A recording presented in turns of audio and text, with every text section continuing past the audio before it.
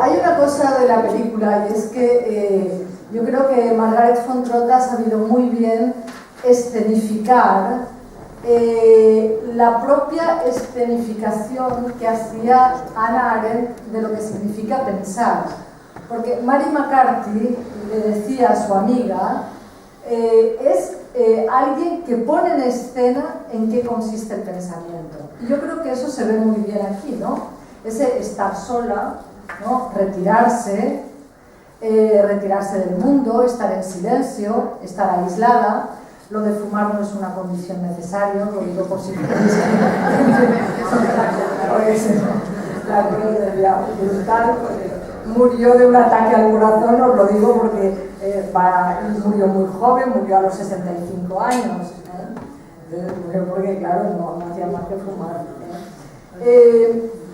Y eso está muy en el centro de la película. Efectivamente, la película recoge trozos que pertenecen a la filosofía de Hannah Arendt y lo recoge muy bien. Por ejemplo, todo este centrarse alrededor del pensar, ¿no? Pensar no es conocer, ¿no? Conocer es otra cosa. Pensar es un diálogo con uno mismo, y esto se dice en varios momentos, ¿no?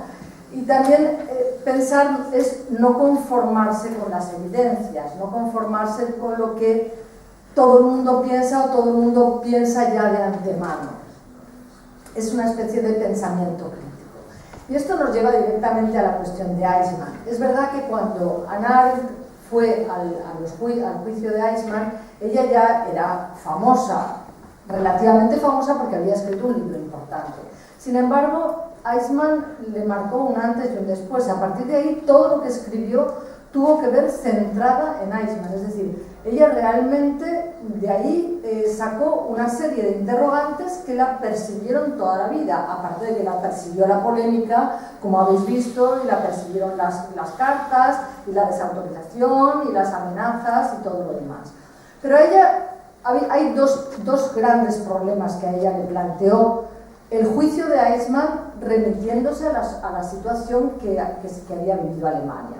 Una es, ¿por qué colaboraron casi todos? Es decir, no es Eichmann, ella lo dice en un momento, ¿no?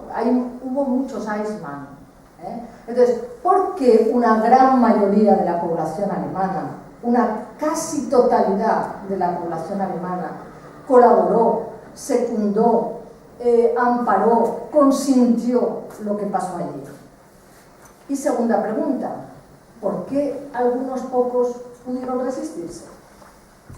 O sea, lo uno y lo otro para ella era una incógnita como pensadora, como filósofa. O sea, ¿qué pasó en la cabeza? Es decir, porque estamos hablando de una población muy grande, quiero decir que Alemania, pero Alemania también después han sido los checos, y también quiero decir que el espíritu del nazismo no solamente estuvo en Alemania, estuvo también en otras partes, en Francia. En Francia, por ejemplo, cuando han tenido que poner las cosas en claro, también han dicho claramente que hubo muchísimos franceses, muchísima gran parte de la sociedad francesa que secundó, que consintió, estuvo de acuerdo. Entonces, ¿qué es lo que pasa ahí? O sea, no podemos pensar que es que todo el mundo, quiero decir, estaba loco, o que todo el mundo era monstruoso. ¿Ahí qué pasó?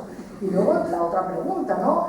¿Y qué pasó con que unos pocos, es decir, no fue del todo absoluto, puesto que hubo unos pocos que se resistieron? Aquí el problema de los pocos que se resistieron no está planteado, o sea que ese lo vamos a dejar de lado, no lo vamos a plantear. Aquí el problema que está planteado es el de por qué consintieron la mayoría, ¿no? Porque el argumento fundamental de Hannah Arendt es que coloca a Eichmann en ese la mayoría. Entonces, claro, es cierto, yo me imagino que en aquel momento, porque he visto después otras polémicas en otros momentos, yo me imagino que mucha gente leyó la prensa, leyó los artículos que en la prensa y las reflexiones que se hacían, y no leyó directamente a Arendt. Con lo cual, la expresión, la banalidad del mal, es una expresión muy fuerte y que te permite interpretar. O sea, yo cada vez que leo, por ejemplo, en una contraportada y tal, la banalidad del mal, y alguien lo emplea, normalmente se cogen a lo que el sentido primero de las palabras les dice, que el mal es banal. Coño, no dice que el mal es banal, no dice eso. El mal es monstruoso y quien lo comete era gente normal. Es eso lo que está diciendo. Lo que está diciendo es que el mal fue una bestialidad y quien lo cometió fue gente normal. Es decir, gente que hubiera sido normal de haber sido una situación normal. Con lo cual, está apuntando a otra cosa, está diciendo que lo monstruoso del mal es justamente que fue gente normal quien lo cometió. Porque si el mal lo hubieran cometido monstruos, Mefistófeles, pues bueno, a la grandeza de los hechos también se remite la grandeza de la gente, ¿no? El agente es grande, el sujeto es grande y la monstruosidad es grande. Pero aquí le da la vuelta.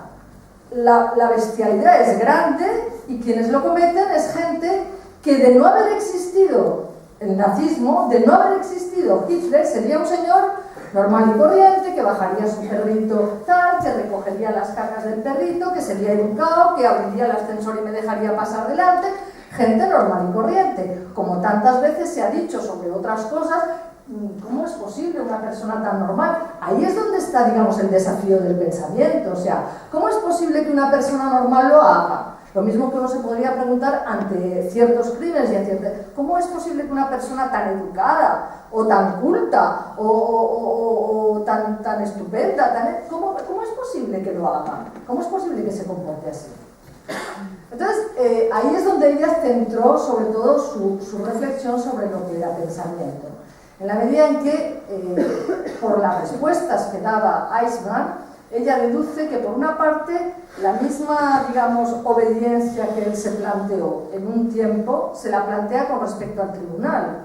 Y ahí mismo dice, lo habéis visto, se atiene a dar el máximo de detalles, es decir, no puso ninguna obstrucción a las preguntas. No fue como la infanta, no dijo no me acuerdo, no sé, no lo sé, sino que dijo las cosas. Sí, yo mandé estos trenes en estas circunstancias, sí, yo firmé estos documentos. Es decir, que él no hizo ninguna obstrucción a la justicia, ¿no? Por lo tanto, ella dice si eso es así, ¿no? Y si ante las preguntas, pero usted no pensó lo que estaba haciendo, pero usted no reflexionó sobre esto, él contesta, son órdenes y yo seguí órdenes.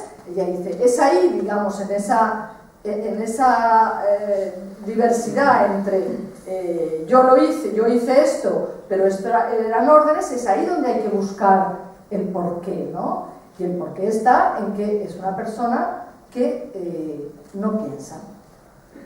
Entonces no piensa, pero claro, ahí le tenemos que dar el sentido de pensar que le da a Hannah Arendt. Pensar significa dialogar consigo mismo, apartarse del mundo, estar en silencio y, sobre todo, no acogerse a las evidencias.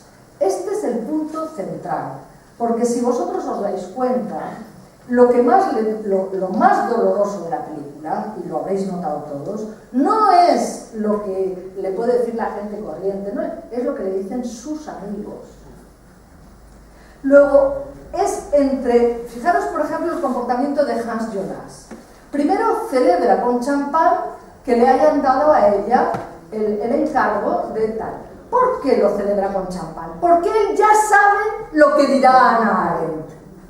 Coño, eso es un prejuicio. Es decir, él ya sabe lo que tiene que decir, porque es lo que él hubiera dicho. Por lo tanto, a él la realidad no le hubiera enseñado nada. Él ya sabía de qué lado está.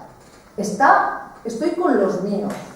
Y como estoy con los míos, por ejemplo, no hubiera oído algunos de los testimonios que hubo ahí.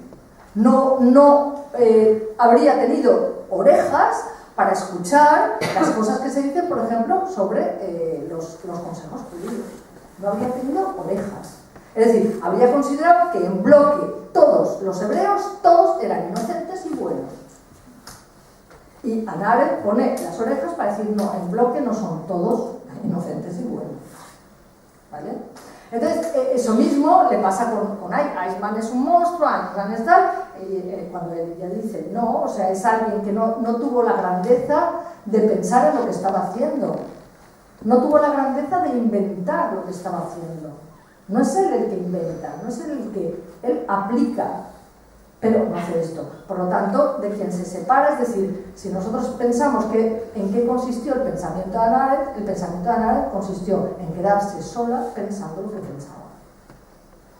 Y en ese quedarse sola es donde vemos quizá en qué consiste el pensamiento, es decir, en una cosa en la que quizá te enfrenta a los tuyos, a tu supuesta propia ideología, a lo que supuestamente tendrías que pensar. Y ese es el mayor acto de valentía. Ese es el acto de valentía que tampoco tuvo Eichmann como tuvieron otros. ¿Qué les pasó a los alemanes en general? Que unos por otros, todos pensaban dentro de una normalidad en la que consideraban justo lo que estaban haciendo. Pero aquellos pocos, por ejemplo, que desobedecieron, que se retiraron, son aquellos pocos que siguieron pensando por sí mismos. Quizá era gente más escéptica, gente que no le gustaba siempre estar de acuerdo con los demás, gente que supo retirarse a tiempo. Y gente que a lo mejor supo nadar a la contra, ir contra sus vecinos, o ir contra sus familiares, o ir contra sus amigos, y pensar por sí mismo. Y esos fueron muy poquitos. Bien, yo solamente terminaré diciendo una cosa y os dejo la palabra. Dice al final, yo me he equivocado en una cosa y esa no la ha señalado nadie, y es que el mal no puede ser radical. Esto lo dice porque ella piensa que las raíces del pensamiento son la memoria, y que memoria solamente puede tener aquellas personas que piensan por sí mismos, aquellas personas que dialogan consigo mismas, son capaces de hacerse cargo de su propia historia, tener su propia memoria, revisar las cosas que le han pasado y por tanto ir a las raíces de lo que son, tener un auténtico sentido de sí mismas. Estas son las personas que tienen memoria, estas son las personas que pueden ir a las raíces. Por tanto, el mal no puede ser banal y radical al mismo tiempo, como dice al final, es decir, no puede ser que gente ordinaria, ¿no?, que no sabe pensar, cometa algo radical, donde la raíz tendría que estar anclada en la memoria. Entonces, esto es lo que resuelve. Tengo que decir que las biografías que escribió Hannah Arendt, que las escribió preciosísimas, siempre elige personajes que son personajes radicales, o sea, personajes que tienen una memoria y un gran sentido de sí mismos. Un gran sentido de sí mismo, ¿no? Y Margaret von Trotta hace eso mismo, pero fundamentalmente con mujeres. Así como Hannah Arendt lo hace indistintamente con hombres y mujeres, Margaret von Trotta en las películas que ha hecho sobre mujeres ha sido mujeres que tenían un gran sentido de sí mismas. Desde una mística como Hildegarda de Bingen, hasta Rosa Luxemburgo, hasta las terroristas de la banda Baden-Meinhof, hasta Hannah Arendt. Mujeres que tuvieron un gran sentido de sí mismas. Hannah Arendt hizo esto, digamos, pero con hombres y mujeres, siempre porque pensaba que tener sentido de sí significa estar anclados en sí mismos, ¿no? O sea, ser capaces de tener un diálogo con uno mismo, de ser capaces de soportar la propia memoria de lo que cada uno es. Bueno,